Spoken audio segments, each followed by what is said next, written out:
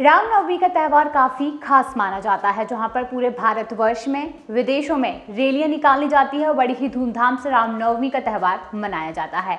रामनवमी इस बार बेहद खास रही। जैसा कि आप सभी जानते हैं कि अयोध्या में श्री राम लला की प्राण प्रतिष्ठा के बाद ये पहली बार रामनवमी पड़ी थी, इसीलिए रामनवमी का बड़ा ही भव्य आयोजन किया गया और सूर्य तिलक किया गया। जी हाँ, इस रामनवमी पर अयोध्या में श्री राम का सूर्य तिलक किया गया, जिसके साक्षी पूरा भारत और विदेश में भी लोग बने।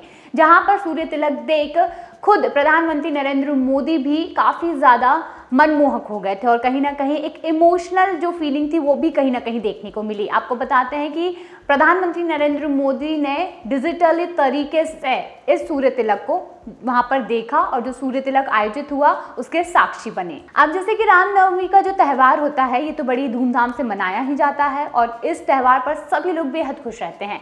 लेकिन क्या आप जानते हैं कि रामनवमी के त्यौहार के समय पर पश्चिम बंगाल, जिसे कि आधा आतंकवादी शहर माना जाता है, आतंकवादी जगह मानी जाती है, वहां पर रामनवमी की जो रैली थी उसे निकालने की परमिशन मिली और परमिशन के बाद जब रैली हुई तो वहां पर एक बड़ा बवाल देखने को मिला। यानी कि रामनवमी हो और कोई बवाल ना करे, ऐसा हो नहीं सकता, क्योंकि कई ऐसे आपत्तिजनक तत्व होते हैं जो कहीं ना कहीं ऐसी जगहों पर बाधा डालने की पूरी कोशिश करते हैं। रामनवमी के मौके पर पश्चिम बंगाल के मुर्शिदाबाद में हुई हिंसा को लेकर हाई कोर्ट में अब सुनवाई हुई है, जहां पर जो हिंसा हुई थी वहां पर रैली में पत्थरबाजी हुई, मारा पीटी, ये सारी चीजें वहां पर देखने को मिली। कलकत्ता हाई कोर्ट ने शांति न बनाए रखने पर काफी बड़ी चिंता जाहिर की है और इसके साथ ही इलाके में लोकसभा चुनाव भी रद्द करने की उन्होंने अब चेतावनी दे डाली है। उच्च न्यायालय का ये कहना है कि जो लोग थोड़ी देर भी शांति नहीं बनाए रख सकते हैं उन्हें चुनाव की कोई जरूरत नहीं है। 17 अप्रैल को हुई हिंसा के दौरान करीब 19 लोग गंभीर रूप से घायल हुए थे। Chief justice T.S.. शिवगणनम और जस्टिस हिरणमय भट्टाचार्य याचिकाओं पर सुनवाई कर रहे थे। मीडिया रिपोर्ट्स के अनुसार बेंच का ये कहना है कि क्षेत्र में 4 और 13 मई को होने वाले लोकसभा चुनाव को रद्द कर दिया जाना चाहिए। उन्होंने कहा कि अगर लोग शांति और सद्भावना में नहीं जी सकते तो हम चुनाव रद्द कर देंगे। उन्होंने आगे ये कहा कि अगर 2 वर्गों के लोग आचार संहिता लागू होने के बाद भी इस तरह के झगड़े करते हैं तो उन्हें एक निर्वाचित प्रतिनिधि की जरूरत नहीं है।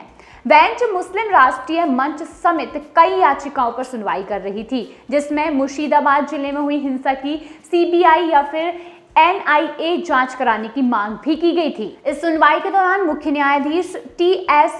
शिवगणनम की अध्यक्षता वाली खंडपीठ ने निर्वाचित आयोग को एक सिफारिश करने का प्रस्ताव दिया कि जब लोग 8 घंटे तक शांति से किसी अवसर का जश्न नहीं मना सकते तो वे संसद में अपने प्रतिनिधियों को चुनने के हकदार भी नहीं होंगे और इसीलिए बहरामपुर निर्वाचन क्षेत्र का चुनाव टाल दिया जाए। मुख्य न्यायाधीश ने यह कहा कि खबरों के अनुसार कोलकाता में रामनवमी पर लगभग 33 कार्यक्रम आयोजित किए गए, लेकिन कोई अप्रिय घटना नहीं हुई। यह देखते हुए कि दोनों याचिकाकर्ता इस बात पर सहमत हैं कि पहले रामनवमी पर मुर्शिदाबाद में उन जगहों पर ऐसी कोई घटना नहीं हुई थी और अदालत ने जब पूछा कि क्या इसमें बाहरी लोग शामिल थे, विश्व हिंदू परिषद के कोलकाता क्षेत्र के संयोजक अमीय सरकार और मुस्लिम राष्ट्रीय मंच के पश्चिम बंगाल और सिक्किम के क्षेत्रीय संयोजक एस.ए. अफजल ने जनहित याचिकाएं दायर की हैं। खंडपीठ ने अपने आदेश में पश्चिम बंगाल सरकार को अगली सुनवाई की तारीख पर एक हलफनामे के रूप में एक रिपोर्ट दाखिल करने का निर्देश दिया है। अदालत ने राज्य और केंद्रीय जांच एजेंसियों को ये छूट दी कि अगर वे चाहें तो अपना हलफनामा दाखिल कर सकते हैं। वहीं अदालत ने इस मामले की अगली सुनवाई 26 अप्रैल को तय की है। वहीं बताते हैं कि 26 अप्रैल को मध्य प्रदेश में दूसरे चरण का चुनाव होना है। मध्य प्रदेश के साथ साथ और भी कई जगहों पर दूसरे चरण का चुनाव 26 अप्रैल को होगा, जिसकी तैयारियां पूरी हो चुकी हैं। तो वहीं 26 अप्रैल को इस केस की सुनवाई भी होना है।